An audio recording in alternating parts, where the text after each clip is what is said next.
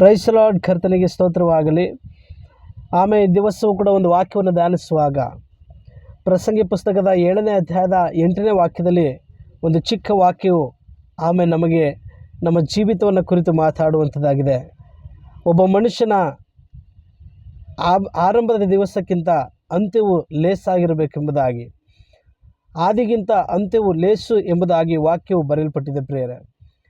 ಆಮೇಲೆ ಒಬ್ಬ ಮನುಷ್ಯನ ಜೀವಿತದಲ್ಲಿ ತನ್ನ ಆರಂಭದ ದಿವಸಗಳಿಗಿಂತ ಅಂತ್ಯದ ದಿವಸವನ್ನು ಉತ್ತಮಗೊಳಿಸಬೇಕೆಂಬುದಾಗಿ ಪ್ರತಿಯೊಬ್ಬ ಮನುಷ್ಯನು ಹೋರಾಡುವುದನ್ನು ನಾವು ಕಾಣ್ತೇವೆ. ಪ್ರತಿಯೊಬ್ಬ ಮನುಷ್ಯನು ಅದಕ್ಕಾಗಿ ತವಕಿಸ್ತಾ ಇರ್ತಾನೆ. ಹಲ್ಲೆಲೂಯಾ.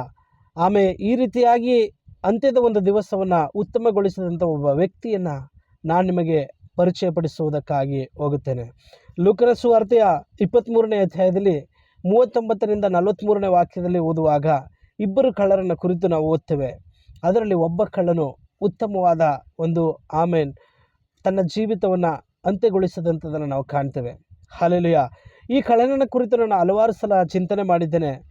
ತನಗೆ ಕೊಡಲ್ಪಟ್ಟಂಥ ಒಂದು ಚಿಕ್ಕ ಜೀವಿತದಲ್ಲಿ ತಾನು ದುಷ್ಟತ್ವದಿಂದಲೂ ಹಲವಾರು ಕಳ್ಳತನದಿಂದಲೂ ಈ ಒಂದು ಮರಣ ಶಿಕ್ಷೆಗೆ ವಿಧಿಸಲ್ಪಡುವಂಥ ಈ ಶಿಕ್ಷೆಯನ್ನು ಅನುಭವಿಸತಕ್ಕಂಥ ಜೀವಿತವನ್ನು ಜೀವಿಸಿದಂಥ ಈ ಮನುಷ್ಯನು ಒಂದು ಕ್ಷಣದಲ್ಲಿ ಹೇಗೆ ಅವನು ಪರಲೋಕ ರಾಜ್ಯವನ್ನು ಸ್ವಾಧೀನಪಡಿಸಿಕೊಳ್ಳೋದಕ್ಕೆ ಸಾಧ್ಯವಾಯಿತು ಎಂಬುದಾಗಿ ನಾನು ಧ್ಯಾನಿಸ್ತಾ ಇರಬೇಕಾದ್ರೆ ಈ ಮನುಷ್ಯನಲ್ಲಿ ಒಂದು ಪ್ರತ್ಯೇಕವಾದ ಒಂದು ಗುಣಲಕ್ಷಣವನ್ನು ನಾನು ತಿಳಿದುಕೊಂಡೆ.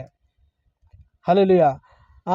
ಈ ಶಿಲುಬೆಯ ಕಳ್ಳನನ್ನು ಕುರಿತು ನಾವು ಧ್ಯಾನಿಸುವಾಗ ಅವನ ಒಂದು ಜೀವಿತದಲ್ಲಿ ಒಂದು ನಾವು ಕಲಿಯಬೇಕಾದಂಥದ್ದನ್ನು ಈ ಸತ್ಯವೇದವು ನಮಗೆ ಬಹಳವಾದಂಥ ಆಳವಾಗಿರುವಂಥ ಒಂದು ಅಂಶವನ್ನು ನಮಗೆ ತಿಳಿಯಪಡಿಸ್ತದೆ. ಆ ಕಳ್ಳನನ್ನು ಕುರಿತು ನಾವು ಓದುವಾಗ ಲೂಕನ ಸುವಾರ್ತೆ 23ನೇ ಅಧ್ಯಾಯದ 40ನೇ ವಾಕ್ಯದಲ್ಲಿ ಒಂದು ಮಾತು ಅಲ್ಲಿ ಬರೆಯಲ್ಪಟ್ಟಿದೆ.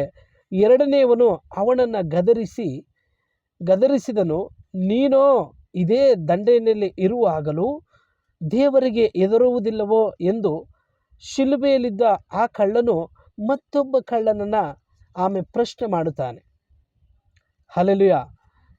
ಶಿಲುಬೆಯ ಕಳ್ಳನ ಮೊದಲನೇ ಒಂದು ಪ್ರತ್ಯೇಕವಾದ ಒಂದು ಅಂಶ ಏನಂತಂದರೆ, ಶಿಲುಬೆಯ ಮೇಲೆ ಇದ್ದಂಥ ಮತ್ತೊಬ್ಬನ ಕಳ್ಳನ ಸಂಗಡ ಯೇಸುವಿಗಾಗಿ ವಾದಿಸಿದನು ಎಂಬುದೇ. ಹಲ್ಲೆಲೂಯಾ. ನೀನು ಇದೇ ದಂಡನೆಯಲ್ಲಿ ಇರುವಾಗಲೂ ದೇವರಿಗೆ ಹೆದರುವುದಿಲ್ಲವೋ ಎಂಬುದಾಗಿ ಯೇಸುವಿಗಾಗಿ ಆ ಕಳ್ಳನು ಮಾತನಾಡುವಂಥದ್ದನ್ನು ನಾವು ಕಾಣ್ತೇವೆ. ಹಲ್ಲೆಲೂಯಾ. ಶಿಲುಬೆಯ ಮೇಲೆ ಇರುವಂಥ ಈ ಕಳ್ಳನು ಯೇಸುವಿಗಾಗಿ ಮಾತನಾಡಿದನು ಎಂಬುದಾಗಿ ನಾವು ಅದನ್ನು ಆಳವಾಗಿ ಚಿಂತಿಸುವಾಗ ಅದರ ಆಳತೆ ಬಹಳ ದೊಡ್ಡದಾಗಿದೆ ಪ್ರಿಯರೇ. ಆ ಕಳ್ಳನು ಯೇಸುವಿನಿಂದ ಯಾವುದೇ ಒಂದು ಒಳ್ಳೆಯ ಆಶೀರ್ವಾದವನ್ನು, ಯಾವುದೇ ಒಂದು ಅದ್ಭುತವನ್ನು, ಯಾವುದೇ ರೀತಿಯಾದ ಅತಿಶಯ ಕಾರ್ಯಗಳನ್ನು ಕಂಡಿಲ್ಲದವನು. ಹಲ್ಲೆಲೂಯಾ.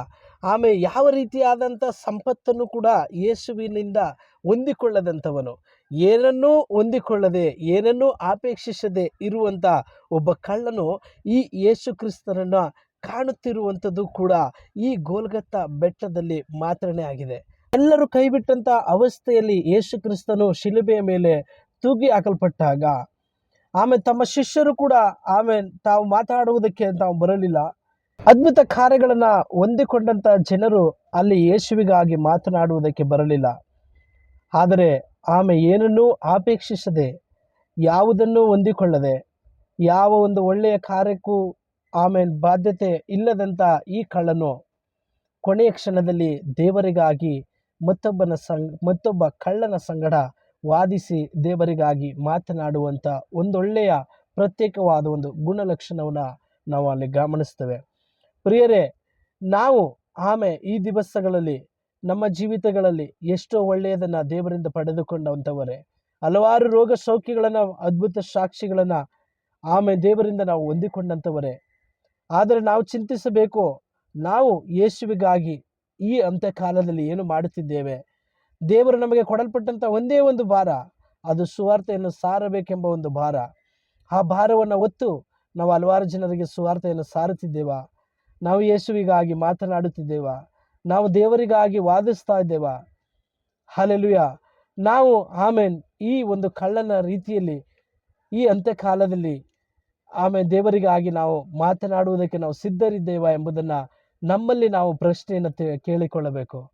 ಪೌಲನು ಒಂದು ಕಡೆ ಬರೆಯುವಾಗ, ಸುವಾರ್ತೆಯನ್ನು ಸಾರದಿದ್ದರೆ ನನಗೆ ಅಯ್ಯೋ ಕಷ್ಟ ಎಂಬುದಾಗಿ ಒಂದು ಮಾತನ್ನು ಬರೀತಾನೆ.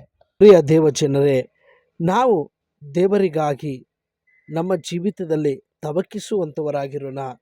ಯಾಕೆಂದರೆ ಅದು ಪರಲೋಕ ರಾಜ್ಯವನ್ನು ಸ್ವೀಕಾರ ಮಾಡಿಕೊಳ್ಳಲು ಬಾಧ್ಯತೆಯನ್ನು ತರುವಂಥದ್ದಾಗಿದೆ. ಆಮೆನ್.